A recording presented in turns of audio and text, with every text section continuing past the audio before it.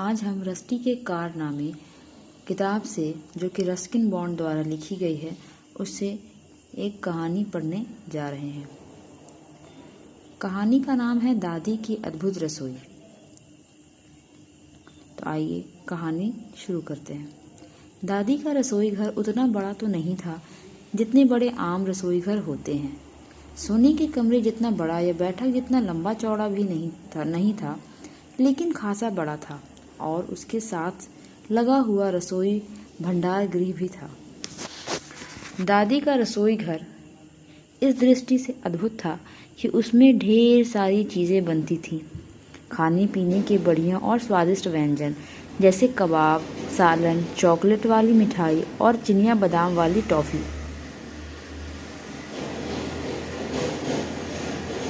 चटनियाँ और अचार, मुरब्बे, गुलाब जामुन, गोश्त की कचौरी और समोसे, सेब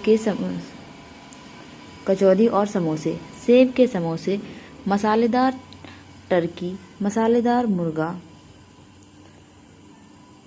भरवा बैगन और मसालेदार मुर्गी वाला भरवा हैम।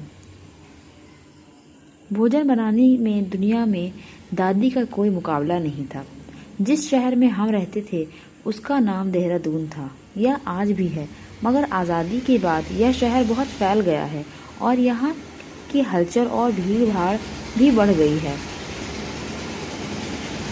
दादी का अपना घर था, विशाल मगर बेतरतीब तरीके से बना बंगला जो शहर की सीमा रेखा पर था। बंगले के अहाते में बहुत सारे पेड़ थे। इनमें अधिकतर पेड़ फलों के थे, जैसे आम के पेड़, लीची के पेड़, अमरूद के पेड़, केले के पेड़, पपीते के पेड़, नींबू के पेड़ आदि। इतने सारे पेड़ थे उस बंगले के अहाते में। इनमें एक कटहल का विशाल पेड़ भी था जिसकी छाया घर की दीवारों पर पड़ती थी। धन्य है वह घर जिसकी दीवारों पर पड़ती है बूढ़े पेड़ की ठंडी नरम छांव। दादी के ये शब्द आज भी अच्छी तरह याद है मुझे। कितनी सच्ची और खरी बात करती थी दादी, क्योंकि वह घर बड़ा सुखकर था, खासकर 9 बरस के उस बालक के लिए जिसकी भूख बहुत तेज थी। अगर भोजन बनाने के मामले में दादी का कोई सानी नहीं था, तो मुझ जैसा भोजन भट्ट यानी पेटू भी कोई ना था। मैं इस नाते भाग्यशाली था कि हर बच्चे की ऐसी दादी नहीं होती जो किसी फरिश्ते की तरह पाक विद्या में निपुण हो, बशर्ते कि फरिश्ते भी रसोई वगैरह बनाते हों। हर साल जाड़ों में जब मैं बोर्डिंग स्कूल से घर लौटता तो असल में अपने माता पिता के साथ छुट्टियां बिताने से पहले कम से कम 1 महीने के लिए मैं अपनी दादी के पास चला आता था। असल में मेरे पिता का चाय बागान के मैनेजर थे। असल में मेरे पिता एक चाय बागान के मैनेजर थे। बेशक चाय बागान में भी मौज मस्ती रहती थी, लेकिन मेरे माता पिता ने कभी अपने हाथों से रसोई नहीं बनाई थी। उन्होंने इस काम के लिए एक खानसामा रखा हुआ था जो मटन करी तो अच्छी बनाता था, मगर इसके अलावा और कुछ बनाना उसे नहीं आता था। रात को भी भोजन में वही गोश्त मिले तो रोटी गले से नीचे नहीं उतरती। खासकर उस लड़के को बार बार वही गोश्त कैसे अच्छा लग सकता था जिसकी जीभ को भांति भांति के व्यंजनों का चस्का लग चुका था। इसलिए आधी छुट्टियां बिताने के लिए मैं हमेशा दादी के घर जाने को उत्सुक रहता था। दादी भी मुझे देखते ही खिल उठती थी, क्योंकि ज़्यादा वक्त वह अकेली रहती थी। भले ही एकदम अकेले नहीं होती थी। उनका एक माली था जिसका नाम कान था।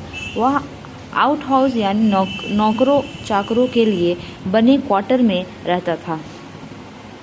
माली का एक बेटा था जिसका नाम मोहन था। मोहन मेरी ही उम्र का था। फिर सूजी नामक एक बिल्ली भी थी। मोतिया रंग, छोटे छोटे बालों और भूरे मुंह वाली नाटी सी बिल्ली जिसकी आंखें नीली और चमकीली थी। और फिर शंकर जाति का एक कुत्ता भी था जिसे सब क्रेजी कहकर पुकारते थे। उसका यह नाम इसलिए रखा गया था क्योंकि वह घर के चारों ओर चक्कर लगाता रहता था।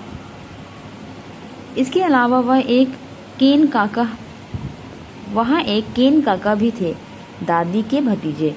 जब कभी केन काका की नौकरी छूट जाती, और ऐसा अक्सर होता रहता था, या जब भी मेरी दादी के हाथों से के बने पकवान उड़ाने को उनकी तबीयत मचलती, वह झट उनके यहाँ आ धमकते थे। इस तरह सच्चाई यह थी कि दादी कभी अकेली नहीं रही, फिर भी वह मुझे देखते ही खिल उठती थी। हमेशा कहती, सिर्फ अपने लिए खाना पकाने में मेरा जी नहीं लगता, कोई तो हो जिसके लिए पकाऊं। हालांकि दादी की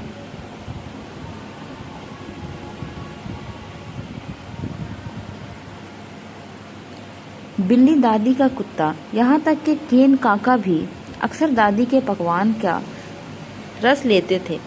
मगर अच्छे रसोइया की हमेशा एक इच्छा होती है कि वह किसी लड़के को पास बैठाकर खिलाए पिलाए, क्योंकि लड़के बड़े जीवट वाले होते हैं और नए से नए पकवानों को भी चखने और आजमाने को तैयार रहते हैं।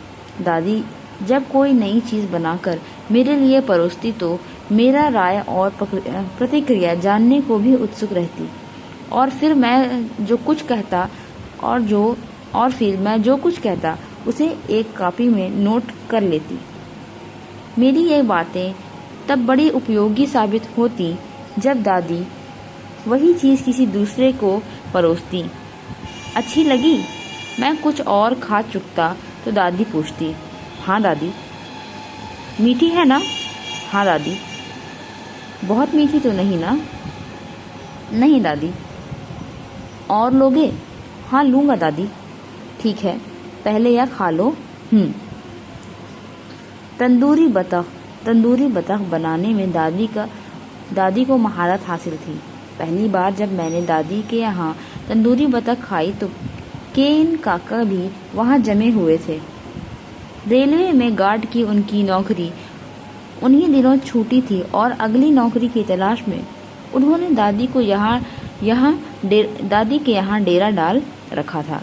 केन काका वहाँ जितने दिन टिक सकते टिके रहते और तब तक नहीं टलते जब तक कि दादी पादरीदास के बच्चों के स्कूल में उन्हें असिस्टेंट मास्टर की नौकरी दिलवाने को नहीं कहती। छोटे बच्चे केन काका को फूटी आंख नहीं सुहाते थे। वह अक्सर कहते कि लड़के मुझे परेशान करते रहते हैं। परेशानी तो उन्हें मुझसे भी होती थी, लेकिन एक तो मैं अकेला था, दूसरा दादी हरदम केन काका की रक्षा को प्रस्तुत रहती थी। पादरीदास के स्कूल में तो 100 से ऊपर बच्चे थे। वैसे तो केन काका भी पूरी भोजन भट्ट थे और मेरी तरह ही स्वादिष्ट चीजें गपागप खाते थे, किंतु दादी के हाथों की बनी रसोई की तारीफ कभी नहीं करते थे। मुझे लगता है शायद इसी वजह से कभी कभी मैं केन काका से नाराज हो जाता था और इसीलिए बीच बीच में उन्हें परेशान करके खुश भी होता था। केन काका ने तंदूरी बतख की तरफ नजर डाली तो उनकी ऐनक खिसकती हुई नाक की ओर पर आ टिकी। वही बतख मैं आंटी। क्या मतलब वही बतख? दादी कहती, पिछले महीने तू आया था, तब से तो तूने बतख नहीं खाई। मेरा कहने का मतलब था मैं आंटी, केन काका कहते कि आपसे तो किस्म किस्म की चीज़ों की उम्मीद रहती है ना। इसके बावजूद केन काका ने 2 बार अपनी प्लेट भर कर खाई और जब तक मैं हाथ बढ़ाता वह अधिकांश बतख डकार गए थे। मुझे और कुछ नहीं सूझा तो मैंने सारी की सारी सेब की सॉस अपनी प्लेट में उड़ेल ली। केन काका जानते थे कि मुझे तंदूरी बतख बहुत अच्छी लगती है और मैं भी जानता था कि केन काका दादी की बनाई सेब की सॉस के दीवाने हैं। बस पलड़ा बराबर हो गया। अपने माता पिता के पास कब जा रहा है तू? मुरब्बे पर हाथ साफ करते हुए केन काका ने आशा भरी दृष्टि से मेरी ओर देखा। शायद इस साल मैं उनके पास ना जाऊं। मैंने कहा और साथ ही जोड़ दिया, और काका, आपको दूसरी नौकरी कब मिल रही है? ओह, सोचता हूँ अभी 1-2 महीने आराम करूँ। बर्तन वगैरह धोने पोंछने में मैं दादी और आया की खुशी खुशी मदद करता था। जब हम इस काम में व्यस्त होते तो केन काका बरामदे में लेटे झपकी लेते और रेडियो पर नृत्य संगीत सुनते रहते।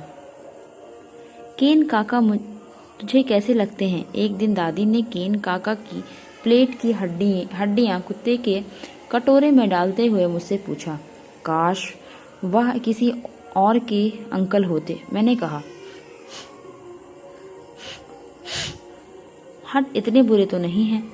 हाँ, थोड़ी खबती जरूर है।